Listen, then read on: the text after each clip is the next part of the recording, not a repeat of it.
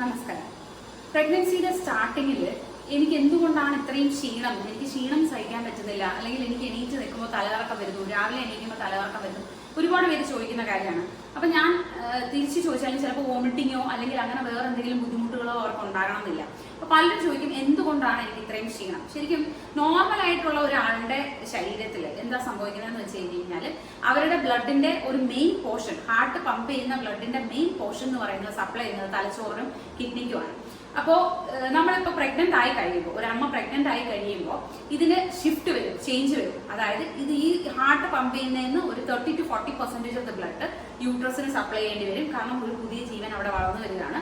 അതിൻ്റെതായ വ്യത്യാസങ്ങളും ഹോർമോണലായിട്ടും ശാരീരികമായിട്ടും ശരീരത്തിൽ ഉണ്ടാകുന്നതാണ്. അതിന് പുറമെ പ്രൊജസ്ട്രോൺ എന്ന് പറയുന്ന ഹോർമോൺ നമുക്ക് പ്രഗ്നൻസിയിൽ ഉണ്ടാകുന്നുണ്ട്.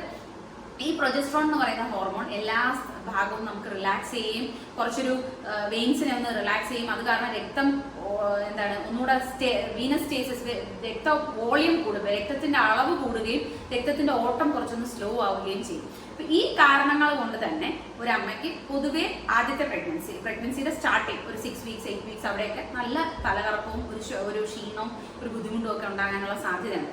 ഇതിന് പുറമെ ഇനി ഛർദി എന്തെങ്കിലും ഉണ്ടെങ്കിലോ അവർക്ക് ഡീഹൈഡ്രേഷൻ വരാം, അല്ലെങ്കിൽ ഇലക്ട്രോലൈറ്റ് അബ്നോർമാലിറ്റി, സോഡിയം പൊട്ടാഷ്യം പോലുള്ള അങ്ങനത്തെ പ്രശ്നങ്ങൾ വരാം.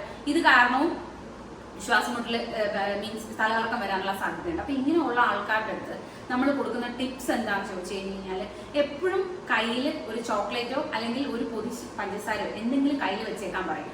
തലകറങ്ങുന്നോ അല്ലെങ്കിൽ എന്തെങ്കിലും ബുദ്ധിമുട്ടോ ക്ഷീണോ തോന്നുന്ന സമയത്ത് അവർക്ക് അവിടെ അടുത്ത് ആ ചോക്ലേറ്റ് എടുത്ത് കഴിക്കാൻ പറയാം. അപ്പൊ അതൊന്ന്, കാരണം ഷുഗർ ലോ ആവാനുള്ള സാധ്യത കൂടുതലാണ് പെട്ടെന്ന്. കാരണം ബോഡിയിലെ ആവശ്യങ്ങൾ കൂടി ഫുഡ് കഴിക്കുന്നത് ചിലപ്പോൾ നമ്മൾ നോർമലായിട്ട് കുറച്ചായിരിക്കും കഴിക്കുന്നത്, നോർമലായിട്ട് കഴിക്കുന്ന പോലെ ആയിരിക്കാം, അല്ലെങ്കിൽ ചിലപ്പോൾ ആഹാരത്തിന് വെറുപ്പ് തോന്നിയിട്ട് കുറച്ചായിരിക്കാം കഴിക്കുന്നത്. അങ്ങനെ വരുമ്പോൾ ഷുഗർ പെട്ടെന്ന് ലോ ആവാനുള്ള സാധ്യതയുണ്ട്.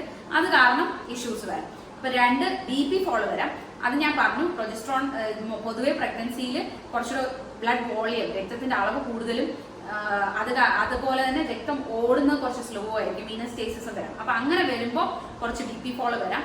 അതും നോർമലായിട്ട് തലകറക്കം ഉണ്ടാക്കാം. അപ്പോൾ എപ്പോഴും ഫ്രീക്വന്റ് ആയിട്ട് മോണിറ്റർ ചെയ്യുക, BP മോണിറ്റർ ചെയ്യുക, പിന്നെ പ്രോപ്പറായിട്ട് ഹൈഡ്രേറ്റ് ചെയ്യുക, ആവശ്യത്തിന് വെള്ളം കുടിക്കുക, ഇടവിട്ട് വെള്ളം കുടിക്കുക, ചെറിയ ചെറിയ സ്നാക്സ് ഇടയ്ക്കിടയ്ക്ക് എടുക്കാൻ നോക്കുക. ഒരു 2 hours ഗ്യാപ്പിൽ ഇടയ്ക്കിടയ്ക്ക് സ്നാക്സ് എന്തെങ്കിലും എടുക്കാൻ നോക്കുക. ഇങ്ങനെ ചെയ്യുമ്പോൾ നിങ്ങൾക്ക് നിങ്ങളുടെ ക്ഷീണം കുറഞ്ഞു കിട്ടും, നിങ്ങൾക്ക് തലകറക്കം കുറഞ്ഞു കിട്ടും, പെട്ടെന്ന് തലകറങ്ങി വീഴാതെ ഉള്ള ചാൻസ് കുറഞ്ഞിരിക്കും എന്നുള്ളതാണ്.